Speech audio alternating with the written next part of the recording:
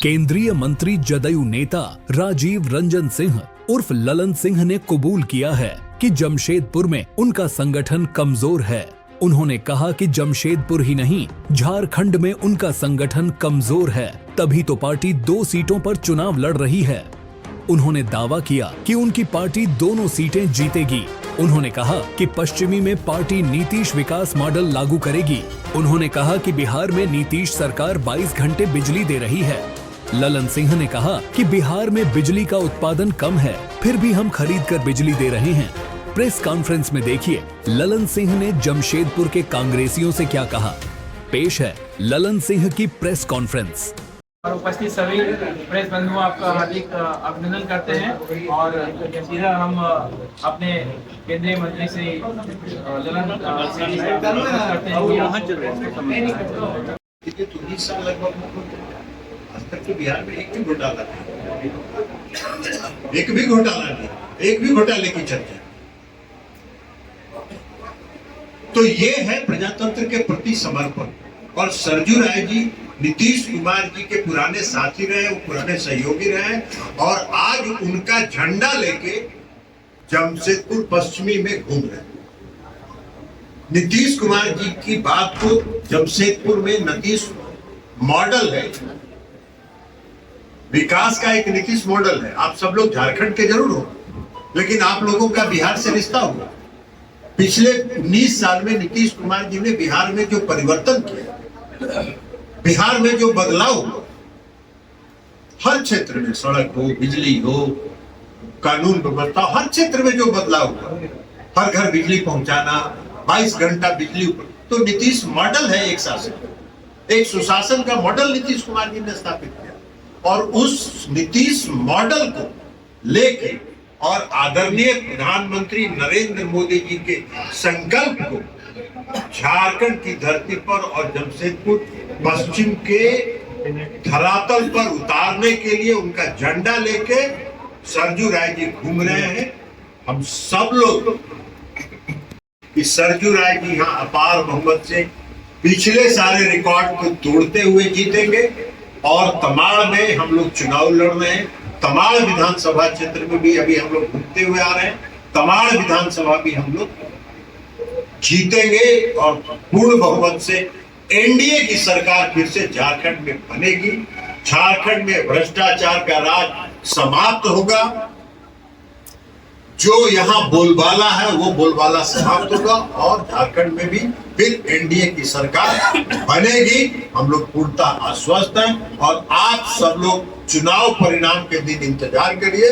चुनाव परिणाम हरियाणा में सारा जो आकलन था, किसका क्या आकलन, मीडिया से लेके सारे लोगों का जो एग्जिट पोल था, सबका आकलन था।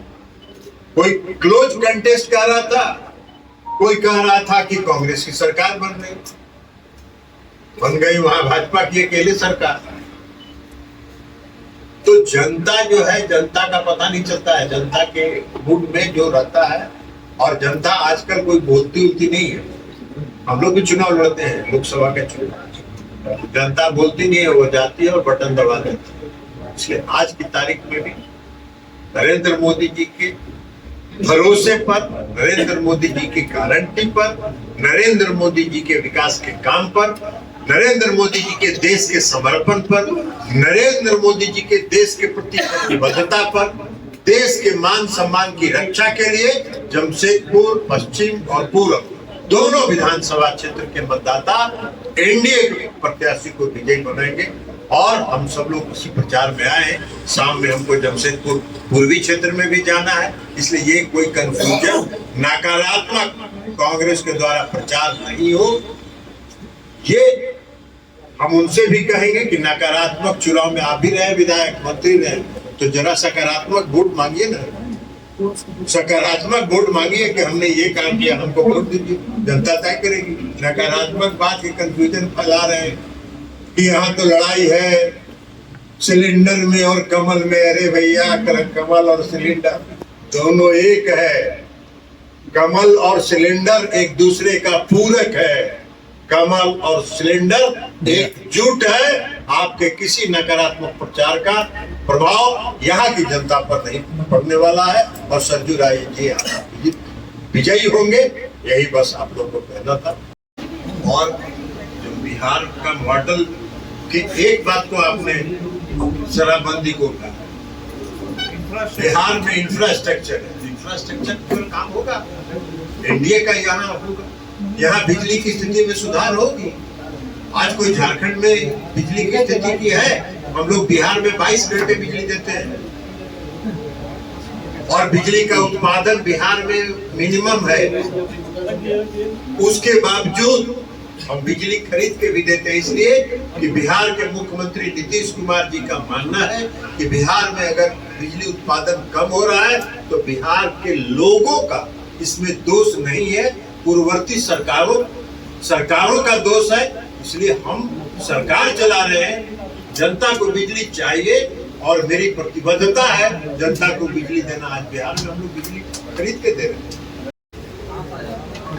यहाँ के जो प्रतिनिधि हैं उन्होंने आतंक और भय का वातावरण कायम करके रखा है। इसके खिलाफ लोग कह रहे हैं कि ठीक है, हम लोग वोट खुलकर सामने नहीं आएंगे। उनके साथ वाले भी कह रहे हैं कि चुपचाप सिलेंडर छाप।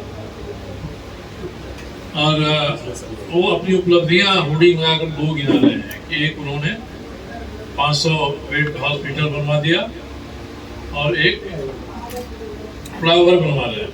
दो के अलावा तीसरा कोई काम नहीं गिना रहे। जो हॉस्पिटल बना 500 बेड का, उसकी स्थिति यह है कि वो शुरुआत उसकी हुई थी जब इसके पहले एनडीए की सरकार थी, उसमें शुरुआत हुई। एलएनटी ने काम करके दे दिया, मगर अस्पताल में कहां से पानी आएगा इसका कोई प्रावधान नहीं है। और बिना पानी के कोई अस्पताल तो नहीं चलेगा। 3 लाख लीटर रोजाना पानी चाहिए, पानी का इन्होंने प्रावधान नहीं किया। जो फ्लाईओवर बन रहा है स्वर्णरेखा नदी पर ही, मेरे पूर्वी विधानसभा क्षेत्र में लीटी चौक से स्वर्णरेखा पर पुल बन रहा है, वहाँ से 4 किलोमीटर 4 लेन सड़क बन रही है, NH-33 तक भिलाई पहाड़ी में जाएगी। उसका शिलान्यास हो गया, सब हो गया, उस पर खर्च आ रहा है केवल 40 करोड़ रुपया।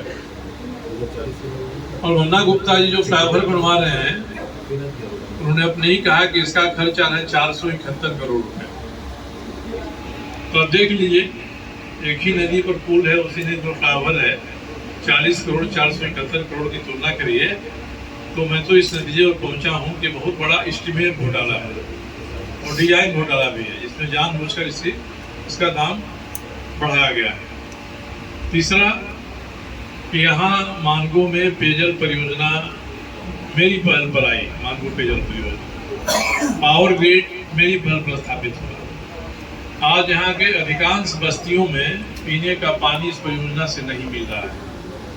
इसके बारे में मंत्री कांग्रेस सभी चुप है। बिजली की हालत है कि केबलिंग हो गई है मेन रोड पर, गली में जाइए तो नंगे तार वैसे ही झूल रहे हैं। तो 5 वर्षों में मैंने महसूस किया है कि जितना हम छोड़ कर गए थे पूर्वी में 5 साल पहले, उससे भी बदतर स्थिति जन सुविधाओं की और इंफ्रास्ट्रक्चर की इस क्षेत्र में हो गई है। इनकी एक और उपलब्धि है कि इसी 5 साल में इन्होंने बहरागोड़ा में एक बड़ा फार्म हाउस बनवा लिया है। कोई कहता 80 एकड़ का है, कोई कहता 150 एकड़ का है, लोग अंदाजा लगा रहे हैं। और रांची जमशेदपुर के पटमदा और जमशेदपुर की सीमा पर भी एक बड़ा फार्म हाउस इनके परिवार ने बना दिया। तो यही इनकी उपलब्धि है। ये बड़े काम में व्यस्त रहे हैं, जन सुविधा का काम पर इनका कोई ध्यान नहीं रहा है, इसलिए जनता परेशान है। और लोगों को डराना धमकाना, बस्तियों में छोटे छोटे क्रिमिनल को खड़ा करके बस्ती वालों को ये डरा रहे हैं। और जो बड़े व्यवसायी हैं उनको भी विवश करते हैं कि 2-2.5 महीने में एक बार वो हाजिरी लगाए और हाजिरी के लिए जाएं तो खाली हाथ नहीं जाए।